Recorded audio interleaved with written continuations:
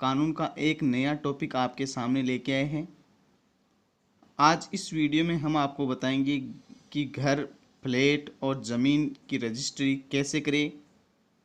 यह वीडियो उन तमाम लोगों के लिए बेहद ही ज़रूरी है जो ज़मीन, फ्लैट, घर आदि खरीदना चाहते हैं और उनकी रजिस्ट्री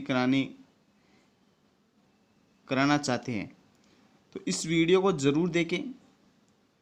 ज़मीन एक व्यक्ति की ज़िंदगी का वह अनमोल हिस्सा होता है जिसके लिए वह अपनी जीवन की महत्वपूर्ण कमाई को निवेश करता है। एक व्यक्ति के ज़मीन खरीदने के पीछे अलग अलग कारण हो सकते हैं। कोई घर बनाने के लिए ज़मीन लेता है तो कोई उस ज़मीन पर व्यापार करने के लिए ज़मीन लेता है। अब सवाल ये उठता है कि किसी भी ज़मीन को वैध तरीके से अपने नाम कैसे कराए। इसके लिए व्यक्ति को खरीदी हुई ज़मीन रजिस्ट्री करवानी पड़ती है, जिसके लिए भारत के हर राज्य में अलग अलग नियम कायदे हैं। तो हम इस वीडियो में आपको बताएंगे कि घर, फ्लैट और ज़मीन की रजिस्ट्री कैसे करें, उसके लिए क्या क्या शर्तें होती हैं, क्या क्या डॉक्यूमेंट चाहिए। इस वीडियो को देखने से पहले आपसे एक छोटी सी रिक्वेस्ट है, यदि आप हमारे चैनल को पहली बार देख रही है तो चैनल को सब्सक्राइब करना ना भूलें, साथ में ही बेल आइकन को दबाएं ताकि आपको हमारी वीडियो का नोटिफिकेशन सबसे पहले मिलता रहे। और यदि आपने हमारे चैनल को पहले से सब्सक्राइब कर रखा है तो वीडियो को लाइक करें, शेयर करें। तो चलते वीडियो स्टार्ट करते हैं, देखते हैं कि घर, फ्लैट और ज़मीन की रजिस्ट्री के लिए क्या क्या डॉक्यूमेंट्स चाहिए, क्या क्या डॉक्यूमेंट्स की आवश्यकता होती है। हालांकि अधिकतर शहरों में ये नियम एक जैसे होते हैं, पर ज़मीन की रजिस्ट्री को लेकर आज भी बहुत से लोग अनजान है कि ज़मीन की रजिस्ट्री क्या होती है, ज़मीन की रजिस्ट्री क्यों करवाते हैं, ज़मीन की रजिस्ट्री कैसे करवाते हैं, अगर ज़मीन की रजिस्ट्री नहीं करवाते हैं तो इसके लिए नुकसान हो सकते हैं, क्या नुकसान होते हैं। इन तमाम खबरों को आपको आज हम इस वीडियो के माध्यम से रूबरू कराएंगे। सबसे पहले देखते हैं अपनी प्रॉपर्टी की वैल्यू निकालने। मार्केट के हिसाब से प्रॉपर्टी खरीदने या घर की रजिस्ट्री करवाने से पहले आपको प्रॉपर्टी यानी जो भी आपने फ्लैट, ज़मीन या फिर मकान लिया है उस प्रॉपर्टी की मार्केट वैल्यू निकालने की फ़िलहाल इसकी कीमत क्या है इस एरिया में। इसके अलावा उस एरिया में सरकारी ज़मीन का भी कीमत जान ले, अच्छा होगा। यानी कि सबसे पहले आपको जो ज़मीन, घर, फ्लैट खरीदा जाता है, खरीदते हो आप, तो उसकी मार्केट वैल्यू आप निकालें। उसके आसपास की जो भी ज़मीन है उसकी मार्केट वैल्यू से आप अपनी मार्केट वैल्यू को मैच कर लें।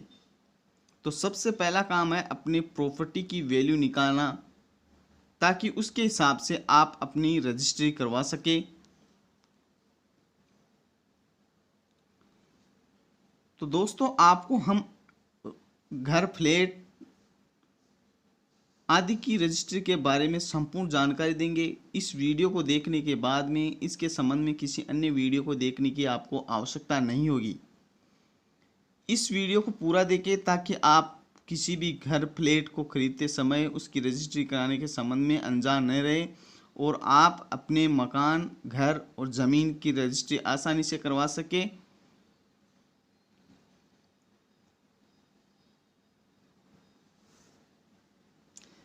ऐसा इसलिए क्योंकि आपको प्रॉपर्टी रजिस्ट्री करवाने के लिए स्टाम्प ड्यूटी पेपर बनाना होता है। अब सवाल आता है कि ये स्टाम्प ड्यूटी क्या है।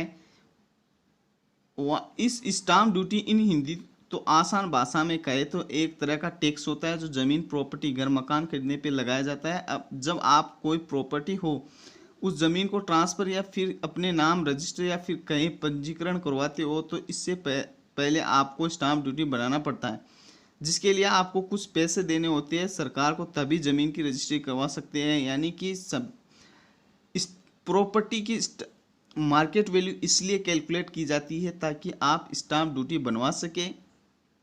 उस प्रॉपर्टी की मार्केट वैल्यू के आधार पर ही स्टाम्प ड्यूटी का पेमेंट किया जाता है, स्टाम्प ड्यूटी बनाई जाती है। तो स्टाम्प ड्यूटी बनाने के लिए सबसे पहले उस प्रॉपर्टी, घर, फ्लैट आदि की मार्केट वैल्यू आपको ज्ञात करनी होगी। उस मार्केट वैल्यू का पता लगाना होगा कि उसकी मार्केट वैल्यू क्या है, कितनी उसकी मार्केट वैल्यू। दूसरा है, अब स्टाम्प ड्यूटी पेपर खरीदे। इन सभी चीज़ों के बाद अब आपको non judicial stamp duty paper खरीदना होगा। इस पेपर को खरीदने के लिए आपको कोर्ट में जाना होगा और आप वहाँ से आसानी से खरीद सकते हैं। तो यहाँ पर आपको स्टाम्प ड्यूटी की राशि स्टेट के हिसाब से देनी होगी। हर स्टेट में ये राशि अलग अलग होती है, यानी कि स्टाम्प ड्यूटी है वो हर स्टेट में अलग अलग होती है। Stamp duty non judicial stamp duty पे को कोर्ट के से ही खरीदा जाता है। कोर्ट में आपको आसानी से मिल जाएगी, आप इसका भुगतान आसानी से कर सकते हैं। तो उस स्टाम्प ड्यूटी को खरीदने से पहले आपको उस मकान, घर, फ्लैट की मार्केट वैल्यू कैलकुलेट करना बेहद ही ज़रूरी है। एक उदाहरण से समझते हैं। मान लो आपको एक घर की कीमत आपके घर की कीमत 20 लाख रुपए है, तो ये फ़िलहाल वहाँ के एरिया की है और इस मकान की कीमत सरकारी हिसाब से 22 लाख है। तो आपको स्टाम्प ड्यूटी 22 लाख के हिसाब से बनाना होगा। जो कीमत ज़्यादा होगी उसी रेट के हिसाब से स्टाम्प ड्यूटी बनाई जाएगी। यानी कि आप जो फ्लैट मकान खरीदते हो, अगर उसकी कीमत 20 लाख है और वहाँ के किसी मकान की या फ्लैट की कीमत है वो सरकारी रेट है 22 लाख, तो आपको स्टाम्प ड्यूटी 22 लाख के हिसाब से ही बनानी होगी। ये अर्थात जो कीमत ज़्यादा होगी उसी के हिसाब से आपको स्टाम्प ड्यूटी बनानी होगी, उस स्टाम्प ड्यूटी का पेमेंट करना होगा। तो इस आधार पर इसलिए आप अपनी फ्लैट, घर, मकान की मार्केट वैल्यू चेक करें। आप चाहे तो इन स्टाम्प ड्यूटी पेपर को आप लाइसेंस वाले सेलर यानी विक्रेताओं से खरीद सकते हैं। फिर आप चाहे तो ऑनलाइन भी इस पेपर को खरीद सकते हैं। इसके लिए आप www.scalestamps.com साइट पर जा सकते हो और वहाँ से इस पेपर को खरीद सकते हो। ये पेपर आप ऑनलाइन भी खरीद सकते हो या किसी लाइसेंस वाले सेलर यानी विक्रेता से भी आप इस स्टाम्प ड्यूटी पेपर को खरीद सकते हो। तो आपने अभी तक समझा कि सबसे पहले आप उस घर, फ्लैट जो आप खरीदना चाहते हो उसकी स्टाम्प ड्यूटी, उसकी मार्केट वैल्यू पता करें। उस मार्केट वैल्यू के हिसाब से आप उस स्टाम्प ड्यूटी बनाए। स्टाम्प ड्यूटी का पेमेंट उस मार्केट वैल्यू के आधार पर ही किया जाएगा। दोस्तों, अभी तक आपने हमारे चैनल को सब्सक्राइब नहीं किया है तो सब्सक्राइब ज़रूर कर लें। साथ में घंटी के बटन को दबाएं ताकि आपको ऐसे ही वीडियो का नोटिफिकेशन सबसे पहले मिलता रहे। अब तीसरी कंडीशन है, जब ज़मीन या फ्लैट प्लाट के बेचने और खरीदने के कागज़ बनवाइए। इन सभी चीज़ों के बाद अब आपको ज़मीन बेचने वाला कागज़ बनवाना होगा कोर्ट से। इसमें जो भी ओनर अपनी ज़मीन, घर या फ्लैट बेच रहा है उसे इस कागज़ में अच्छे से लिख कर देगा, मैंने ये ज़मीन या घर इसके नाम कर दिया है। जब इसका मालिक ये इस प्रॉपर्टी में इतनी बेचता है इत्यादि, तो ये सब एक बारे में अच्छे से चेक कर ले। यानी कि आपको तीसरी कंडीशन ये फॉलो करनी होगी कि ज़मीन, फ्लैट के बेचने और ख़रीदने के कागज़ बनवाने होंगे। जिस व्यक्ति से आप ज़मीन खरीद रहे हो उस व्यक्ति के नाम से भी कागज़ बनवाने होंगे। तो ये भी आपको ध्यान में रखना होगा कि ज़मीन या फ्लैट को बेचने और खरीदने वाले के कागज़ भी तैयार करवाने होंगे। चौथा है, अब सब रजिस्ट्रार के पास जाए घर की रजिस्ट्री के लिए। ये सभी काम करने के बाद आपको इन सारे डॉक्यूमेंट्स को सब रजिस्ट्रार के पास ले जाए और वह भी ज़मीन या घर की रजिस्ट्री करवाए। जो इसके लिए आपको दोनों को, जो ज़मीन बेच रहा है और जो खरीद रहा है, दोनों को साथ में आना होगा। इससे साथ 2 गवाहों को आना चाहिए। साथ में इसके पास इसका पहचान पत्र, आधार कार्ड इत्यादि जैसे डॉक्यूमेंट्स होने चाहिए। इसके अलावा डॉक्यूमेंट सबमिट करते वक्त आपको एक रसीद मिलेगी, जो रसीद संभाल कर आपको रखनी होगी। यानी कि चौथा काम आपको ये करना है कि आप जैसे ही डॉक्यूमेंट्स तैयार करते हो उस डॉक्यूमेंट्स को सब रजिस्ट्रार के पास लेकर जाना होगा। सब रजिस्ट्रार के पास ले जाने के बाद आपको एक रसीद मिलेगी, उस रसीद को आपको संभाल कर रखना होगा। ये रसीद आपके रजिस्टर के लिए प्रूफ होगा। तो इस प्रकार से आप अपने घर, मकान, फ्लैट जो भी आप खरीदना चाहते हो उसकी रजिस्ट्री करवा सकते हो। आपको इन बातों का नॉलेज होना बेहद आवश्यक है, ज़रूरी है, ताकि आप रजिस्ट्री के मामले में अनजान न बन सके और आप अनावश्यक पेमेंट या कोई भी खर्चा आपको न लगे। अब इसकी अगली कंडीशन अपन देखते हैं कि क्या अगली कंडीशन क्या हो सकती है।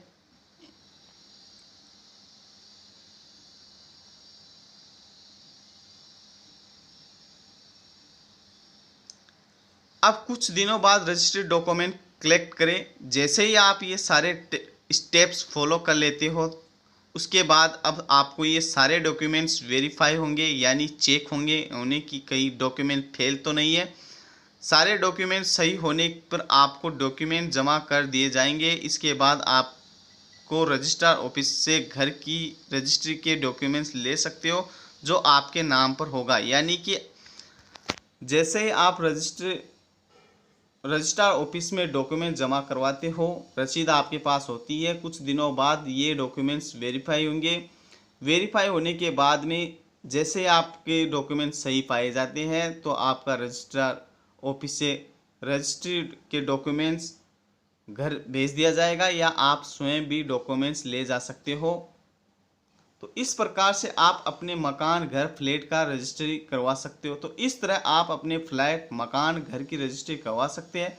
लेकिन यहाँ पर आपको इन सभी चीज़ों के लिए एक वकील की मदद लेनी चाहिए। इन सभी चीज़ों के लिए आपको एक वकील ही अच्छे से गाइड कर सकते हैं। तो घर, ज़मीन की रजिस्ट्री करवानी हो तो वकील की मदद ज़रूर लेनी चाहिए। यानी कि आपको ऐसे जैसे फ्लैट, घर, ज़मीन आदि की रजिस्ट्री के संबंध में एक अच्छे से वकील की राय ज़रूर लेनी चाहिए। बिना राय के आप ऐसे कदम न उठाएं ताकि आप अनावश्यक खर्चे से बच सकें, अनावश्यक खर्चा आपके न लगे। तो इन सभी बातों को आप अच्छी तरह ध्यान में रखते हुए आप अपने घर, फ्लैट, ज़मीन आदि की आसानी से रजिस्ट्री करवा सकते हो और एक अनावश्यक खर्चे से बच सकते हैं।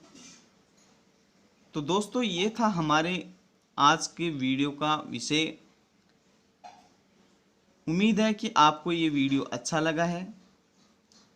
तो आपसे रिक्वेस्ट है कि आप हमारे चैनल को अगर पहली बार देख रहे हैं तो चैनल को सब्सक्राइब करें, साथ में घंटी के बटन को दबाएं ताकि आपको हमारे ऐसे ही वीडियो का नोटिफिकेशन मिलता रहे।